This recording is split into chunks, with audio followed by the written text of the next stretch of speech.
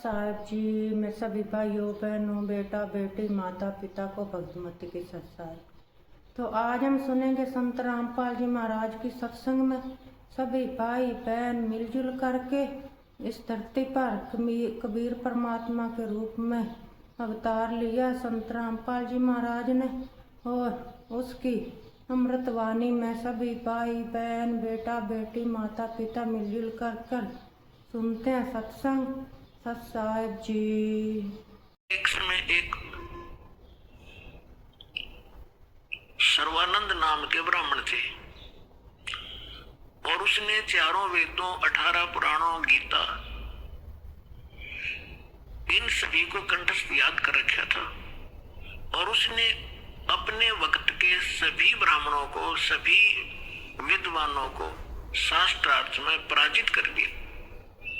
तो उसके मन में एक धारणा आई कि मैं अपना नाम सर्वानंद की जगह सर्वाजीत रखवाऊंगा, अपनी मां से कहता हूं। उसने सभी को हरा दिया। उधर से वो ये विचार कर रहा था। दूसरी ओर क्या हुआ कि उसकी माता जो सर्वानंद की माता जी थी, उसका नाम शारदा था, ब्राह्मणी, और वो भी ऐसे ही अपने प्रारब्ध के कर्म को भोग रही थी।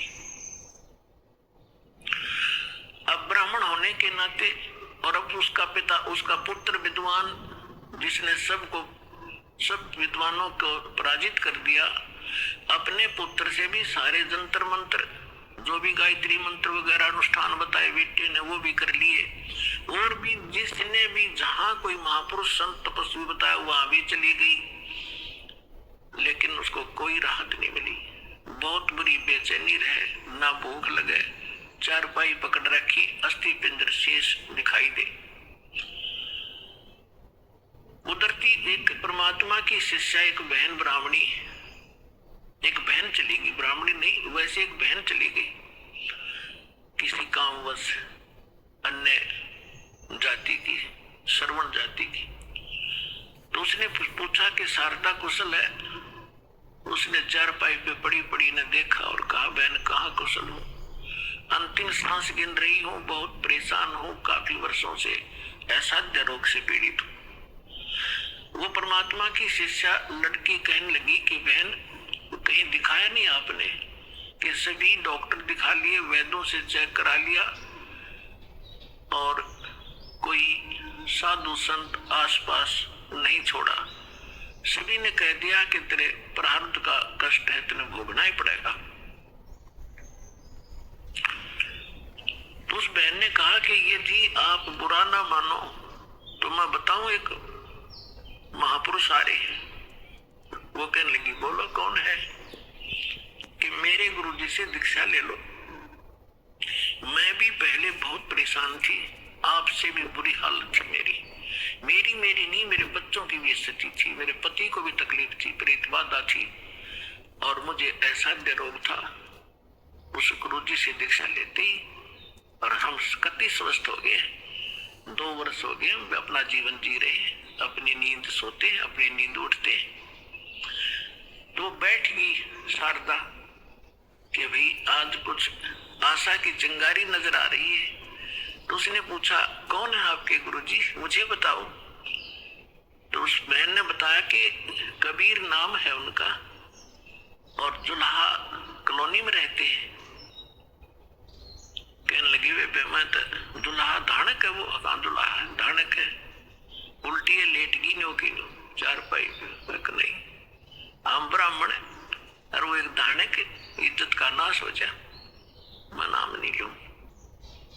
तो उस बहन ने बहुत कहा कि देखो, हमने ज्ञान सुना उस परमेश्वर का, आज आप ब्राह्मणी हो और मृत्यु के बाद आप अन्य जाति में भी तो जन्म ले सकते हो, आप पशु योनि में भी तो जाओगे, तब कहां जाएगी जाति तेरी? तो कहने लगी, बहन तू जा, बस फालतू बात ना करे, इससे अच्छा तो मौत आ जाए, वो अच्छा है। पुण्यात्मा परमात्मा कहते हैं, राज तजना सहज है, सहज त्रिया का ने, और मान बढ़ाई ईर्षा ये दुर्लभ तजनाई। वह चली गई। कुछ दिनों के बाद वो ब्राह्मण जो परमात्मा की शरण में आके स्वस्थ हुआ था, पुण्यात्माओं, आप तो बालक हो, दास उस भगवान से परिचित है। आपके लिए जो परमात्मा भटक रहा है ना, आप तो एक अबोध बालक की तरह जिधर मुंह हो गया उधर चल पड़ते हो, और वो पिता माता पिता पीछे पीछे भाग गया, अगर खड्डे में गिरेगा यू उठा लूं भाग कर बालक को। आज आप इतने बच्चे हो इस भगवान के मार्ग में और इस अपने अध्यात्म मार्ग के अंदर। कबीर साहब कहते हैं, मैं रोवे तू सृष्टि को और यह सृष्टि रोवे मोहे। गरीबदास जी कह रहे हैं परमात्मा से परिचित ज्ञान के आधार से भगवान की वाणी बता रहे महिमा। गरीबदास इस योग को समझ नहीं सकता कोई। सो चल छिदर मैं करूं अपने जन के काज। जिस प्यारी आत्मा को शरण में लेना है ना जाने के कारण बनाओगा उसके लिए। तो वो ब्राह्मण चला गया कि वो निकटतम नाती भी था उनका। पहले दूर देश से आना जाना महीने में नहीं होता था, 6 महीनों में 2 1 वर्ष बीत जाता था रिश्तेदारियों में आने जाने में।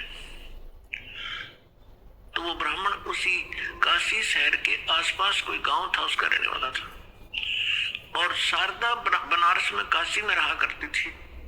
तो एक दिन वो किसी काम उस शहर में आया था, तो उसने सोचा चल रिश्तेदार के घर चलते। जब वहां पहुंचा तो शारदा घर अपने उसी तरह उसी स्थिति में थी। राम रमी करी, नमस्कार हुआ, कुशल मंगल पूछा। तो शारदा ने अपना सारा दुखड़ा रोया कि मैं बहुत दुखी हूं, बहुत बुरा हाल है मेरा, मैं तो अंतिम सांस गिन रही हूं। तब उस ब्राह्मण ने कहा कि आप हमारे गुरुजी से दीक्षा ले लो, आप स्वस्थ हो जाओगे। और मेरी हालत का आपको पता ही है, क्या स्थिति थी मेरी। कहा आपकी तो बहुत बुरा हाल था, सारा परिवार दुखी था, और आप कैसे स्वस्थ हुए कि हम उस परमात्मा आए हैं पृथ्वी पर।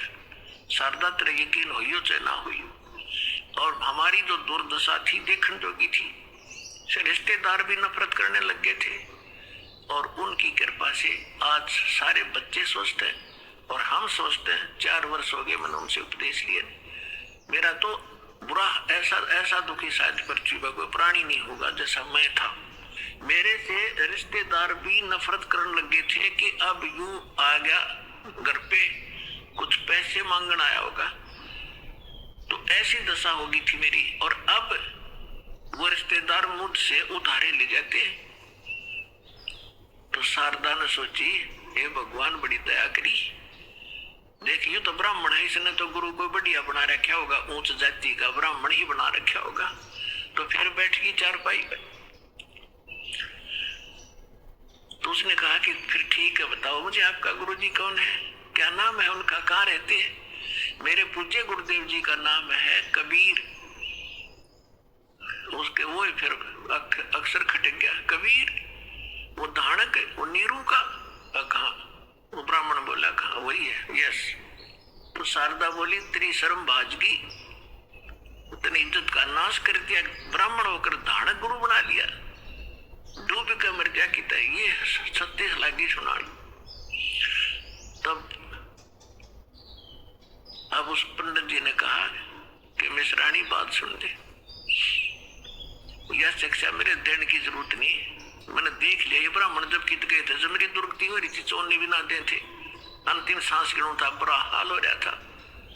और ठीक है, तेरे ना समझ में आती है तो गुरु जी के बारे में फालतू मत बोलिए, उठ कर चल पड़े। अब ये बात उसका घर कर गई कि सचमुच ये तो घना बुरा हाल था इनका, शारदा के, और इनका जीवन इतना सुखी हो गया। अब वो सोचने पर विवश हुई, तो वो काफी देर सोचती रही कि ये क्या बनी। अरे काल ने तो ऐसे बना रखे अकेले जाति के, ऊंच नीच के, काल ने तो इतना जबरदस्त जाल फैला रखा पुण्यात्मा, परमात्मा बिना यो टूटे नहीं। अब आप देख रहे हो परमात्मा ने सबसे पहले यह बीमारी काटी कि अब आप देख रहे हो कोई छुआछूत नहीं, ऐसी दया करी ना। तो एक बाड़िया और थी, अपने समाज में थी, हिंदुआई में थी, और तो देखी जाओ बाद की देखो दूसरे मजबानों से, तो यह समाप्त करी। और उस समय ये एक जबरदस्त किला बना रखा था जाति का। अब क्या हुआ, परमात्मा कच्चा काम नहीं छोड़ते। जो जन मेरी शरण है ताका हूं मैं दास, और गेल गेल लग गया फिर वो जब तक धरती आकाश। अब क्या किया मालिक ने, जिस मोहल्ले में वो शारदा रहा करती थी उसी में परमात्मा का एक भक्त रहता था थोड़ी सी दूरी पे, और उसने प्रार्थना की, प्रभु हमारे दास के घर सत्संग कर दो, आस पास के भक्तों को भी पता चलेगा और आपका ज्ञान सुनेंगे, हो सकता है किसी की और भाग जाग जा। परमात्मा ने ठीक कहा कि ठीक है बेटा, रात्रि में सत्संग करेंगे, दिन में अपना काम करो पेट के लिए, रात तो अपनी है, आ जाया करो, चलूंगा मैं तुम्हारे वहां। तो उस बहन ने जो सत्संग करवा रही थी भगवान का, आसपास के सभी जगह निमंत्रण भेजा कि आज हमारे गुरु जी आवेंगे और नाम ले लियो, सत्संग सुनियो पहले, आपने आज तक ऐसा ज्ञान नहीं सुना होगा, आप देखियो हमारे गुरु जी का सत्संग सुनना। तो ऐसे आपस में आ ही जाते हैं, बुलावा देने से मोहल्ले के लोग, बहन बेटियां इकट्ठी हो जाती हैं। तो उसने शारदा को भी आमंत्रित कर दिया मोहल्ले में होने के नाते। तो शारदा ने पूछा आपके गुरुजी कौन है? कि मेरे गुरुजी है कबीर साहब, भगवान कबीर। कौन से कबीर? वो धानक। वो शारदा ने कहा कि हाँ वो धानक, आप कुछ भी कहो वो परमात्मा है। अब शारदा ने के स्कीम बनाई कि भी ऐसे जाऊंगी तो बात बिगड़ेगी, लोग हंसी करेंगे। एक ब्राह्मणी होकर दानक से दीक्षा लेने चल पड़ी और उधर से दुख का पहाड़ टूट रहा। तो उसने अपने ही मन में एक ऐसा विचार किया कि मैं जाऊंगी जरूर, सुना है कि आशीर्वाद लेने मात्र से सुख भी हो जाता है, यदि मैं सुखी होगी, मेरा यू दुख दूर हो गया उनके आशीर्वाद से, मैं वही चरण पकड़ दूंगी, फिर कभी नहीं लोक लाज करूं। अब परमात्मा कहते करे करावे साइया, मन में लहर उठा, दादू सिद्धर जीव के वो आप बगल हो जाए। तो पहले रात्रि का समय था, पहले एक जोत जलाया करते देसी घी की, वही तो हवन का काम कराया करती, और वही रोशनी का वहां चांदना उसी से बनाया करते थे। एक जोत जला रखी देसी घी की, उससे आंगन में थोड़ा सा टमटमाती सी रोशनी थी। अब सभी बहन भाई आ रहे थे, एक साइड बहन बैठ रही थी, एक साइड भक्त बैठ रहे थे, बीच में रास्ता था, सामने भगवान बैठे थे आसन पर। अब शारदा आई, मुंह पर घूंघट काट के, उसने ये सोचा था कि ऐसा घूंघट काट के औरतों में जाकर बैठ जाऊंगी, प्रणाम करके जैसे वो क्रिया करेंगे और मुझे कोई पहचानेगा नहीं। अब जो ही सभी बहन आ रही थी, भगवान के चरण ले रही थी और बैठती जा रही थी। अब वो आगे शारदा भी मुंह ढक्के आवे थी, परमात्मा के चरण छुए, मालिक ने सिर पर हाथ रखा और कहा, सर्वानंद की माँ ब्राह्मणी पंडितानी, आज दानक के पास कैसे आना हो गया तेरा?